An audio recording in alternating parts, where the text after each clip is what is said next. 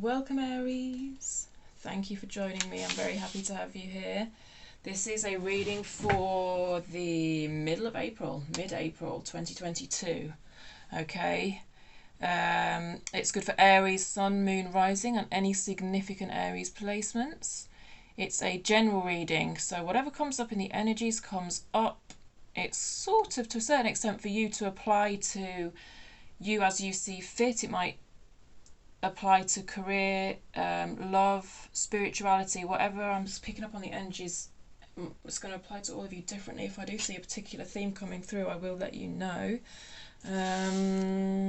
It's for the Aries collective, okay, this reading, so not every single message will necessarily resonate with you.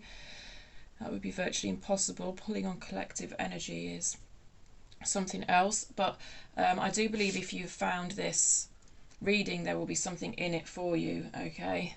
But don't try and force things to fit that don't fit. Really hone into your own intuition, okay? You know best. You know better than anyone. Yeah. Before I pull you any cards, I just want to say thank you to everybody who has shared, subscribed, liked videos and all that. It really does help the channel grow, and I'm enormously grateful for the feedback as well. So yeah, please continue to do that if the readings resonate, and if you haven't subscribed already, please feel free to subscribe if the reading is interesting to you. Interesting week this week, Aries. We've got a new moon on Saturday. New moon is in Libra. For you, Aries, that affects 7th house. It's 7th house energy that's significant around this. Did I say new moon? I meant full moon. Goodness me. Yeah. Full moons are, for me at least, anyway, people work with the moon how they see fit. Full moons are all about releasing stuff. For me, got to make room for new stuff by releasing stuff. 7th house energy is relevant for you, Aries, this full moon, which is about lovers. If your spouse, your lovers, your ex, any sort of partner, can include business partners, cooperation and competition is also relevant. I get all this from this Moonology book, by the way. I'm not some like shit hot astrologer, but I do follow this Moonology book. It's very, very interesting. I really like it. So this is my first year like following it through from January. Yeah, just a little snippet. I thought that was interesting. We'll see how it ties in with the reading. Let's get you some cards. I'm going to do past, present, past energies, present energies, and where these energies might take you, okay, Aries. Bearing in mind everyone has free will. It can't be set in stone. Tarot cannot be set in stone. Okay, but whatever comes through I will give to you. Okay, okay, no, they want that there. You have got 4 cards for past energies. Okay, Aries, current energies for Aries, please. That's too many, thank you. Current energies for Aries. Oh, and at the end I'm going to pull you an oracle card, okay? Too many. I don't know which deck I'll go to. It's probably going to be Believe in Your Own Magic, but we'll see what kind of questions are left unanswered at the end of the reading, if any. Wow, my cards aren't really jumping out face up at the moment. That's interesting, isn't it?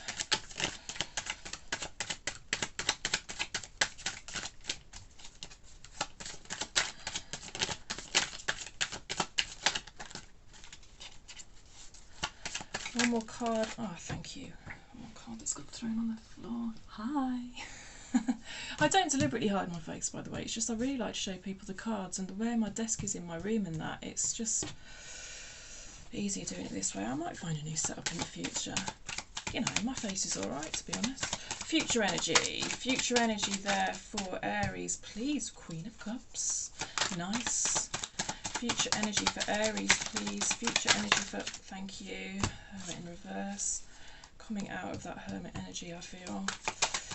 One more card, please, for Aries for future energy. One more card for Aries for future energy. One more card for, thank you, Queen of Pentacles. That'll do. That'll do. 9 of Swords on the bottom of the deck. Let's start at the beginning. Oh, goodness me. So, overall energy of the read I take from the centre card and the bottom of the deck energy, but do you know what? I'm also got half an eye on this Two of Pentacles as I'm saying this, I tell you. Right, let me show you the cards. I do like to show you the cards because you might just see something in them. I'm going to show you Judgment upright. It came out reversed, but you know, I like to give people the opportunity to see the cards because there's no reason you can't get energy off the cards as well and apply it to your situation. I don't think anybody has particularly special, amazing skills above and beyond anybody else. Your intuition is... I'd like you to hone your intuition, basically. Yeah. Okay, Nine of Swords and Judgment in reverse. See a 9. 9 is nearly a 10. 10s are about completion. Judgment is nearly the world. The world is about completion. Judgment's in reverse. The Nine of Swords is very anxious.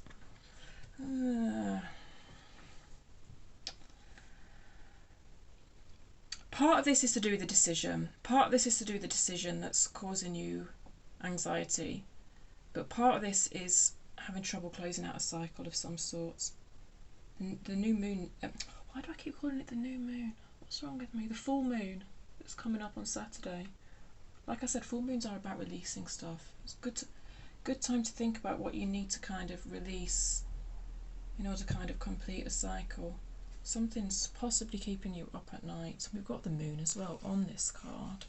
So I really feel that Spirit is trying to encourage you to do some work to release whatever it is that's keeping you up at night, that's preventing you from closing out a cycle.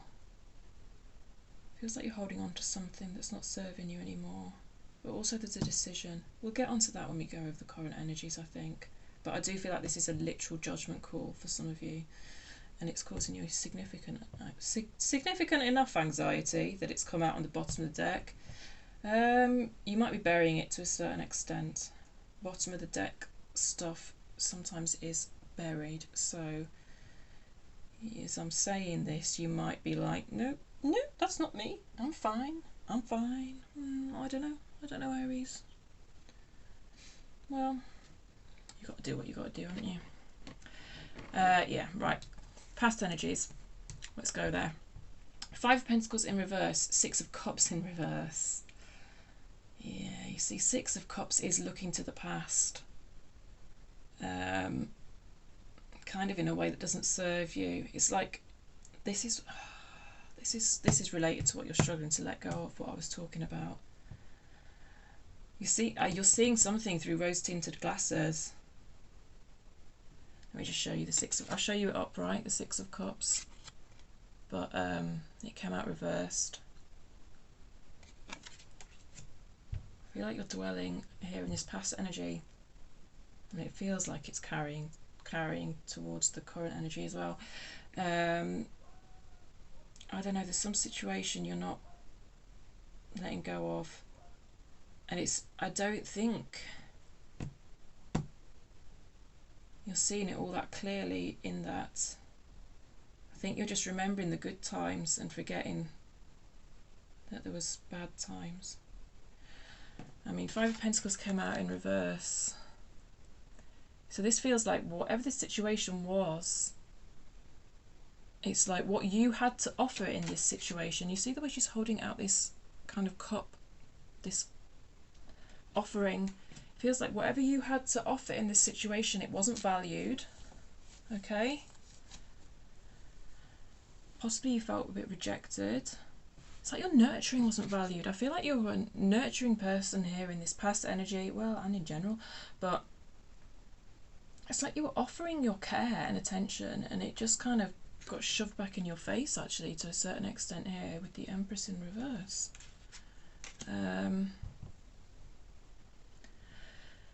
Two of Wands has come out above the Two of Pentacles. I didn't kind of even register that at the beginning when I was talking about decision making, but it does feel like you made...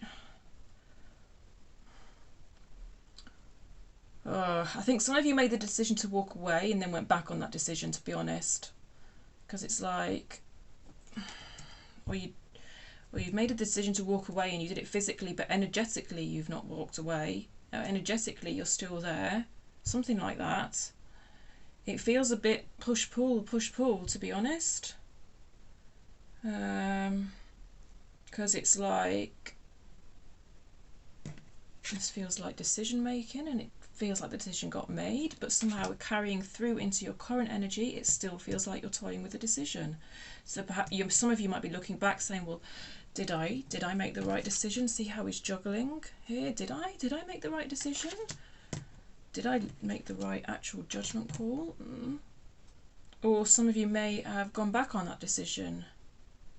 It's like push pull for some of you. King of Swords.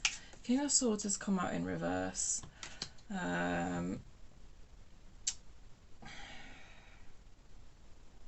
only other Swords card we've got is the 9. The 9 of Swords here I'm feeling as an anxiety. The King of Swords in reverse here I'm feeling as a kind of...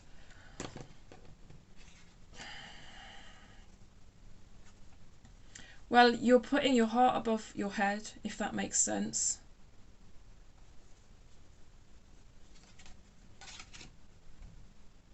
That's what it feels like.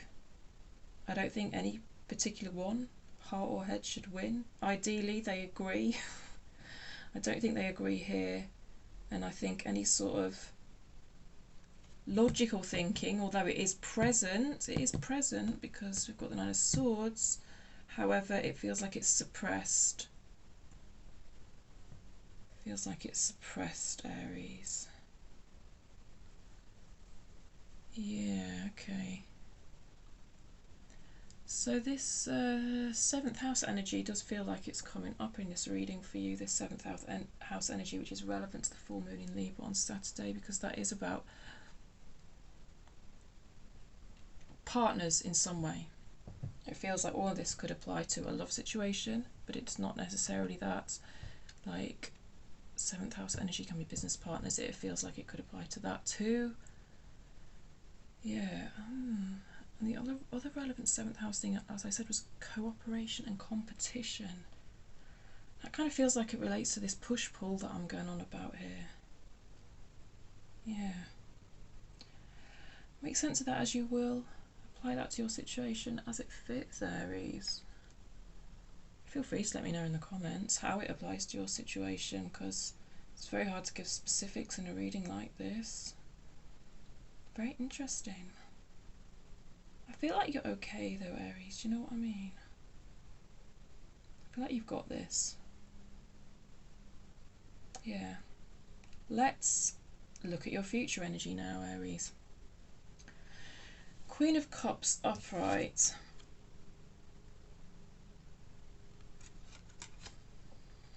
She's looking towards the future. Looking towards the future. Hermit in reverse. That's kind of a solitary energy.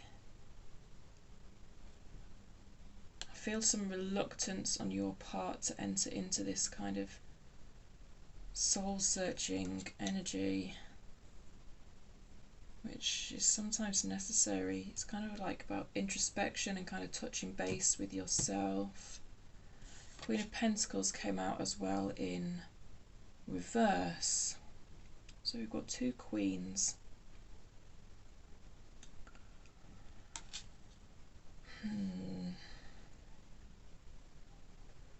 Yeah, like I said, heart over head here. Heart over head. That energy's carrying through to the future. I hadn't really even registered these cards when I was saying that. Well, I must have done on some level. Heart over head. She's leading with her heart. And the fact we've got the Queen of Pentacles come out reversed, and the Empress reversed, and King of Swords. It feels a bit unbalanced here. It feels a bit ungrounded here. This energy carrying forward to the future, it feels a bit ungrounded. Because what you need to do to ground yourself is some introspection here with the Hermit. It's available to you, but I feel a reluctance to enter into that space.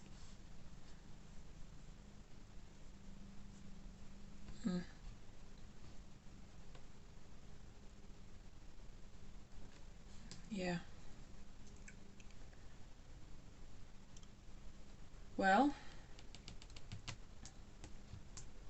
I might just pull a card for you, see what could help you enter into this energy, because it does feel like Spirit is asking you to enter into this introspective place. So I'm going to just see if I can clarify if there's any advice for you entering into that hermit space.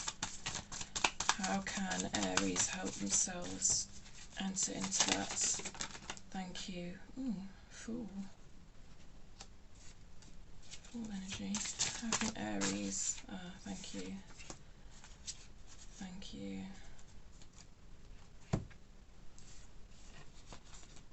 You don't think there's anything for you in that space? That's the sense I get. Seven of Pentacles here to me feels quite logical, which is interesting for Pentacles. I mean, normally you would get that from Swords, but it's always felt like that to me, the energy of this card. It's kind of step by step by step, evaluating the evidence, assessing the evidence. But it almost feels to me like you don't think it's worth entering into this state of introspection. You don't think there's anything there for you. But you are there for you, Aries. You find you there. So it's like you don't... It's almost like you don't think it's worth getting to know your own self. I don't know what to say. That's why a leap of faith is needed to enter into that space. But there's an aspect here of you, and it's come out in reverse as well, though I kind of ignore reversals when it's a symmetrical card, but the energy is the energy. It don't bloody matter if it's the right way up or whatever, to be honest. It just helps explain it sometimes, that's all. Four of Wands for me is about not celebrating yourself, not celebrating how far you've come. So that would explain why you wouldn't see there be much point going introspective into that hermit energy, because what's there for me? I'm nothing. There's not much about me. There's nothing worth... It's not worth finding myself there. Well, I think it is, Aries. Yeah, the Spirit's saying, like, yeah, you've come a long way. You've done a lot. You've achieved a lot. You've overcome a lot. Like, it's worth getting to know your own self. Right. That's what I've got from you, for you, from Tarot. Okay. Let me see. Thank you. Oh, no. No. I don't need all those cards, thank you. We've already got Aries a card. Let's see what Believe in Your Own Magic has got for you. Take yourself out on a date. Get to know yourself, Aries. That's what I said. That's what I said. I'll let you see the card for a little bit because I like to do that, because there might be a little synchronicity in there for you. What is that bird? I think it's supposed to be a dove, but it's got a very long beak. Anyway, I say that I'm letting you see the card and then I'm looking at it. Right, that's what I've got for you, my loves. Anyway, please like, share, subscribe and all that if the reading resonated. Helps the channel grow. And I'll see you next time. Thank you, my lovelies.